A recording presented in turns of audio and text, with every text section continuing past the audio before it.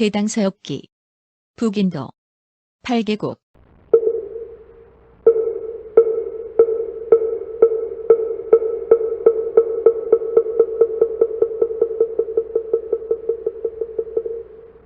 그러자 아라한이 말하였다.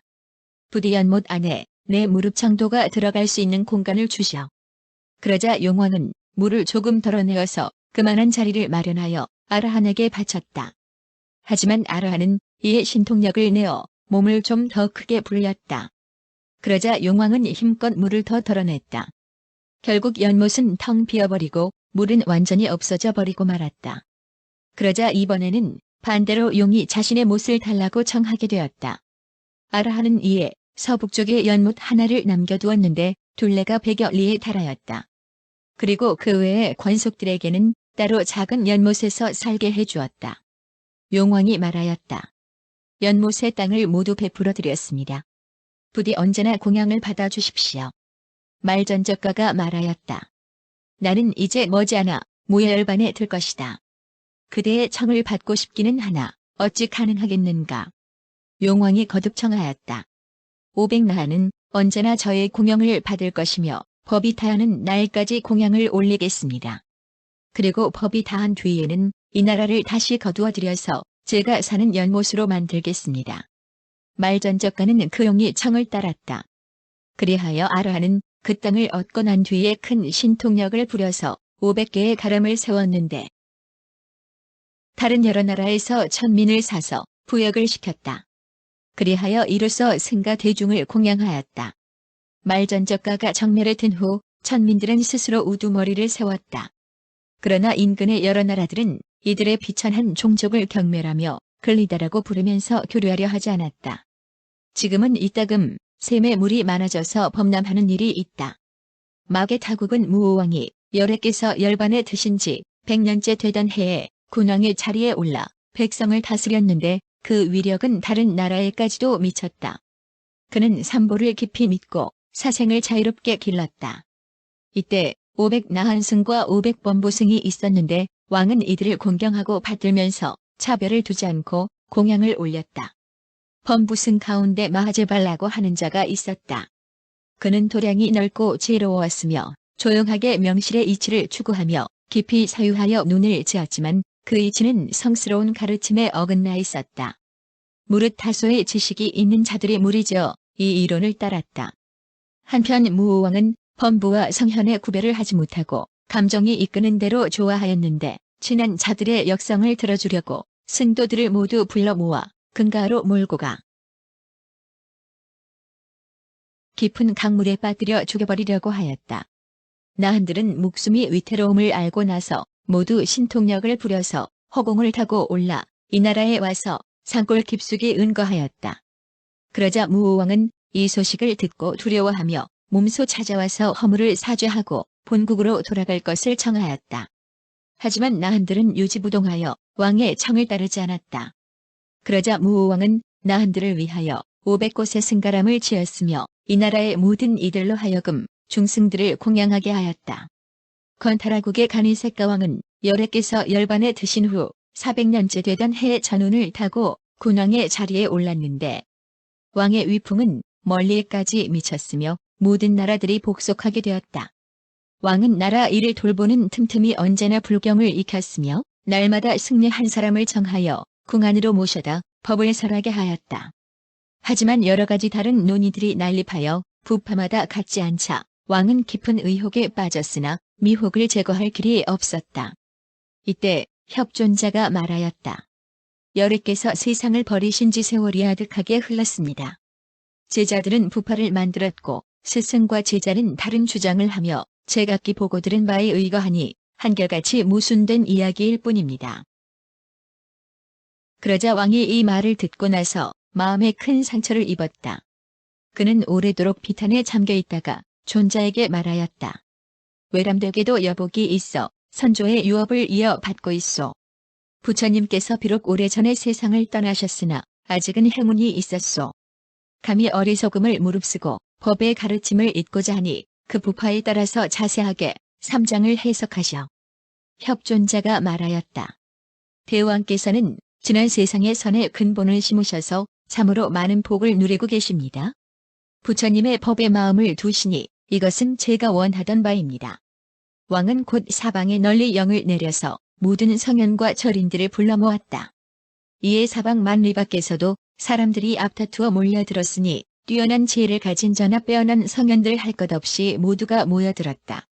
왕은 이들에게 7일 동안에 걸친 사사공량을 마치고 난 뒤에 법에 관한 의논을 하고자 하였지만 어수선한 소란이 일어날 것이 걱정스러웠다. 왕은 곧 세심하게 생각하고 나서 승려들에게 말하였다. 성과를 증득한 사람은 남고 번뇌에 얽매여 있는 자는 돌아가셔. 이렇게 해도 여전히 사람들은 많이 남아 있었다. 그러자 다시 명을 내렸다. 모하기는 남고 유하기는 돌아가셔. 그래도 수많은 사람들이 남아 있었다. 또다시 명을 내렸다. 3명을 갖추고 6통을 지닌 자는 남고 나머지 사람들은 돌아가셔. 하지만 사람들은 줄어들 줄 몰랐다. 그래서 또다시 명령을 내렸다. 이 중에 안으로는 3장을 궁고하고 밖으로는 5명의 통달한 자는 남고 그렇지 않은 자는 돌아가셔. 그리하여 마침내 499명이 남게 되었다. 왕은 본국에서 이 일을 하고 싶었지만 너무나 덥고 습기가 많아 고생스러웠다. 또 왕은 왕사성의 대가서파가 결집한 석실에서 하고 싶어서 협존자 등과 상의하였지만 그들이 말하였다. 안 됩니다. 그곳에는 외도들이 많고 이론들이 난립하여 그들과 대론하여 답을 하기에도 시간이 모자랄 터인데 어떻게 눈을 지을 수 있겠습니까? 대중들은 이 나라에서 할 것을 뜻에 두고 있습니다. 이 나라는 사방이 산으로 견고하게 둘러싸여 있고 또 야차가 지키고 있습니다. 그리고 토지가 비옥하며 생산물도 풍성합니다. 또한 성현들이 모여드는 곳이고 신선들이 논이는 곳입니다. 여러분의 뜻도 이럴 것입니다. 그러자 모두들 말하였다. 모두 같은 생각입니다. 이에 왕은 여러 나한들과 더불어 그곳으로부터 가슴미라국에 와서 가람을 세우고 3장을 결집하고 비바서론을 짓고자 하였다. 이때 존자새우는 문 밖에서 옷을 깁고 있었는데 아라한들이 새우에게 말하였다. 번뇌가 아직 제거되지 못한 자는 청정한 논의를 일그러뜨린다. 너는 여기서 멀리 가거라. 이곳에 있지 말라. 새우가 말하였다. 여러 현자들께서는 법에 대해서 의심이 없으셔서 부처님을 대신해서 교화를 베푸십니다. 그리고 이제 바야흐로 대의를 모셔서 바른 논을 짓고자 하시는군요.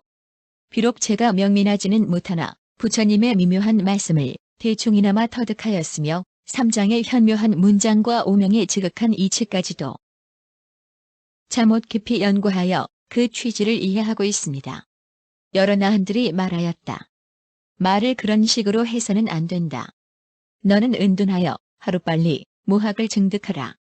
그 후에 이곳에서 만나자. 그래도 때는 아직 늦지 않을 것이다. 새우가 말하였다. 나는 무학을 마치 눈물이나 콧물과 같다고 봅니다. 뜻을 불과해 두고 구하였지만 작은 길을 달리지는 않았습니다. 내가 이제 이 실구러미를 공중에 던지겠습니다. 그래서 이것이 미처 땅에 떨어지기 전에 나는 반드시 무학의 성과를 증득할 것입니다. 그러자 아라한들은 거듭 이를 질책하며 말하였다. 증상만에 가득 찬 사람이란 바로 이 자를 두고 하는 말이로다. 무학과란 모든 부처님께서 찬탄하시는 바이니 마땅히 속히 증득해서 대중들의 의심을 풀어야 할 것이다. 이에 새우가 실구러미를 공중에 던졌다. 그러자 여러 천신들은 실구러미를 받고서 청하였다. 바야흐로 불과를 증득하실 것이며 다음에 자시보살을 이어 3계에서 가장 존귀하고 사생의 의지처가 되실 분이 어찌하여 이곳에서 소과를 증득하시고자 합니까? 이에 모든 아라한들은 이 일을 보고 나서 자신의 허물을 사과하고 그 덕을 주앙하여 상좌로 모셨으며 의심나는 모든 내용을 결정하도록 하였으니 이들이 바로 500명의 현성들이다. 먼저 10만송 오바제상론을 지어서 소달람장을 해석하였고 이어서 10만송 비나 야비바사론을 지어서 비나 야장을 해석하였으며 나중에 10만송 아비달마비바사론을 지어서 아비달마장을 해석하였다. 그리하여 대략 30만송 960만 어로서 자세하게 3장을 풀이하여 이것을 영원히 후세에 전하였다. 지역적인 면까지 궁고하였고 깊은 부분과 얕은 부분을 두루 탐구하지 않은 것이 없었으며 대의가 거듭 밝혀졌고 미묘한 말이 다시 한 번 드러났다. 그리하여 두루 널리 유포하여 후세 사람들이 이에 의거하게 되었다. 가니세가왕은 적동으로 철판을 만들어서 논장에 글을 베껴 새기고 석함에 넣어서 봉하여 솔도파를 세워 그 속에 안치하였다. 그리고 야차에게 명하여 이 나라를 호위하여 이 학들로 하여금 이 눈을 가지고 나가지 못하도록 명하였으며 배우고 익히기를 원하는 사람은 이곳에서 학업을 배우고 가게 하였다. 그리하여 이를 성공리에 마친 뒤 본국의 수도로 돌아온 뒤 이 나라의 서문 밖으로 나가 동쪽을 향하여 무릎을 꿇어 앉으니 다시 한번 이 나라를 승도에 보시하게 된 것이다. 가니세가 왕이 죽고 난 뒤에 글리다 종족이 다시 스스로 왕을 칭하며 승도들을 내쫓고 불법을 무너뜨렸다. 한편 도하라국의 히마달라 왕의 선조는 석가 종족이다. 그는 여리께서 열반에 드신 후 600년째 되었을 때 크게 강토를 장악하고 왕업을 이었는데 마음을 부처님 땅에 심었고 정은 법의 바다로 흐르게 하였다. 그런데 글리다가 부처님의 법을 회멸한다는 소문을 듣고서 온 나라의 용감한 병사 3,000명을 모았다. 그리하여 무역을 위해 여행하는 것처럼 속여 보배와 재물을 많이 지니고 그 속에 무기를 숨겨서 이 나라로 들어왔다. 이 나라의 군주는 특별히 극진하게 손님을 맞는 예를 갖추었다. 장사꾼 행렬 중에서 또다시 500명의 용맹하고 꾀가 많은 자들을 특별히 선발하였는데 그들은 각자 예리한 칼을 소매에 숨기고는 귀중한 보배를 갖고 갔다. 그리하여 몸소 진상 올릴 것을 가져가 그것을 왕에게 헌상하였다. 이때 설사나 왕이 그 덮개를 없애고 곧 자리에 오르니 글리다 왕이 이것을 보고 놀라 겁에 질려 어찌할 바를 몰랐다. 설산하 왕은 마침내 글리다 왕의 목을 베고 신하들에게 명을 내려 말하였다. 나는 바로 도하라국의 설사나 왕이다. 이 비천한 종족이 공공연하게 학정을 자행하는 것에 분노하여 이제 그 죄인을 주살한 것이다. 그러나 백성들에게는 죄가 없다. 그 나라의 신하들은 다른 나라로 유배를 보냈다. 이 나라가 평정되자 승도들을 불러 모으고 가람을 세워 예전과 같이 평안을 찾았다. 또한 다시 이 나라 서문 밖에서 동쪽을 향하여 무릎을 꿇고 승려들에게 보시를 베풀었다. 하지만 이글리다 종족은 여러 차례 승도들이 종문을 뒤덮고 제사를 없애자 대대로 원한이 쌓였다. 그리하여 부처님의 법을 혐오하게 되었다. 세월이 오래 지나자 다시 왕이라고 스스로 일컫는 자가 나왔다. 그러므로 지금 이 나라에는 부처님의 법을 숭앙하고 믿는 자가 거의 없으며 외도와 천사에 특히 마음을 두고 있는 것이다. 새로운 성이 동남쪽으로 10여리 가다 보면 옛 성이 북쪽에 큰 산이 있는데 그 산의 남쪽에 승가람이 있고 승도는 300여 명 있다. 그 솔도파 속에는 부처님의 치아가 있는데 길이는 1촌, 반은 됨직하고 황백색이다. 어떨 때는 제1이 되면 때때로 광명을 발하기도 한다. 옛날 글리다 종족들이 불법을 파괴시키자 제각기 형편에 맞는 거처를 찾아 흩어졌다. 이때 한 사문이 인도 곳곳을 옮겨다니면서 부처님의 유적을 참배하였다. 그는 지극한 정성을 올리다가 후에 본국이 평정되었다는 소문을 듣고서 즉시 귀국길에 올랐다. 그런데 도중에 코끼리 떼들이 늪지를 제멋대로 오가고 상난듯이 달리거나 울부짖는 광경을 목격하였다. 사무는 급히 나무 위로 올라가 피신하였다. 그러자 코끼리 떼들은 경주하듯 달려가 연못에 물을 앞다투어 빨아 마시고서 사문이 피신해 있는 나무 뿌리를 적시더니 흙을 파내기 시작하였다. 마침내 나무가 쓰러지자 코끼리들은 사문을 싣고 큰 숲속으로 들어갔다. 그곳에는 병든 코끼리가 있었는데 상처로 고통스러워하며 누워 있었다. 그의 손을 이끌어 상처에 올려놓았더니 그곳에는 마른 대나무가 박혀 있었다. 사무는 곧 대나무를 뽑고 약을 발라준 뒤 옷을 찢어서 그 상처가 난 발을 싸매 주었다. 그러자 다른 큰 코끼리가 금괴짝을 가지고 오더니 병든 코끼리에게 주었다. 코끼리는 그것을 받아들고 다시 사문에게 주었다.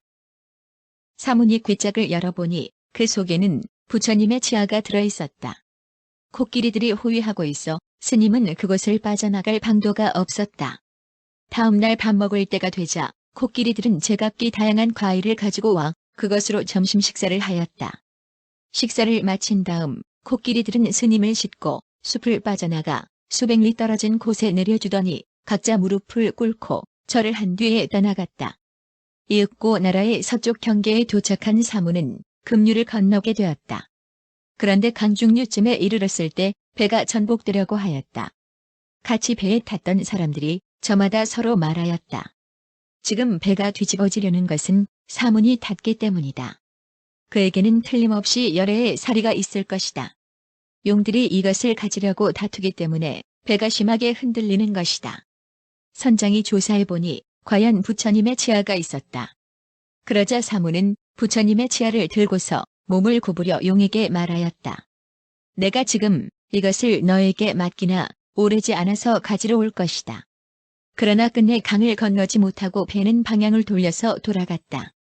사무는 강을 돌아보며 한탄하여 말하였다. 내게는 용을 막을 주술이 없구나. 용이라는 축생에게 사기를 당한 것이다. 다시 인도로 가서 용이 해악을 막는 법을 배워야겠다. 3년이 지난 후 다시 본국으로 돌아가다가 그 강가에 이르렀다. 그리고 단을 설치하자 그 용이 나타나 부처님의 치아가 든 괴짝을 사문에게 바쳤다. 마침내 사문은 그것을 가지고 돌아왔으며 이에 이가람의 공양을 올리게 된 것이다. 가람의 남쪽으로 14 내지 15리 가다 보면 작은 가람이 있다. 그곳에는 관자재 보살의 입상이 있는데 만일 단식을 하고 죽기를 맹세하며 보살을 보기를 원하는 자가 있다면 그 상에서 묘한 세계 자태가 나온다. 작은 가람의 동남쪽으로 30여 리를 가다 보면 큰 산에 이른다. 그곳에는 옛가람이 있는데 그 제작법과 모습은 아주 장엄하지만 잡초만 심하게 우거져 있으며 현재는 다만 한편에 작은 중각이 서 있는데 승도의 수는 30여 명이다. 그들은 모두 대승법의 가르침을 배우고 있다. 옛날 승가발타라 논사가 이곳에서 순장이론을 지었다. 가람의 좌우에는 여러 솔도파가 있는데 그 속에는 모두 대알 안에 사리가 들어있다. 들짐승이나 산원숭이들이 꽃을 따다가 공양을 하는데 해마다 마치 명령을 받아서 하는 것처럼 변함없이 공양을 올린다. 그런데 이 산 속에는 여러 가지 신령스러운 기적이 많이 일어나는데 어떤 때는 석벽이 가루로 쪼개지기도 하고 봉우리의 말에 자취가 남겨져 있기도 하다. 이런 것들은 모두가 그 형태가 괴이하였다. 모두가 바로 아라한과 사미들이 무리를 이루어 논일다가 손가락으로 그림을 그리거나 말을 타고 오간 것이다. 이와 같은 유적들은 자세하게 기술하기가 어려울 정도이다. 부처님의 치아가 모셔진 가람에서 동쪽으로 10여 리를 가다 보면 북쪽 산 낭떠러지 사이에 작은 가람이 있는데 옛날 색건지라 대능사가 이곳에서 중사분비바사론을 지었다. 작은 가람 안에 돌로 만들어진 솔도파가 있는데 높이는 50여 척이다. 이곳에는 아란의 유신사리가 안치되어 있다. 옛날에 어떤 아란이 있었는데 그의 몸집은 매우 컸고 그가 먹는 음식은 코끼리의 양과 똑같았다. 그러자 당시 사람들이 이를 비난하며 말하였다.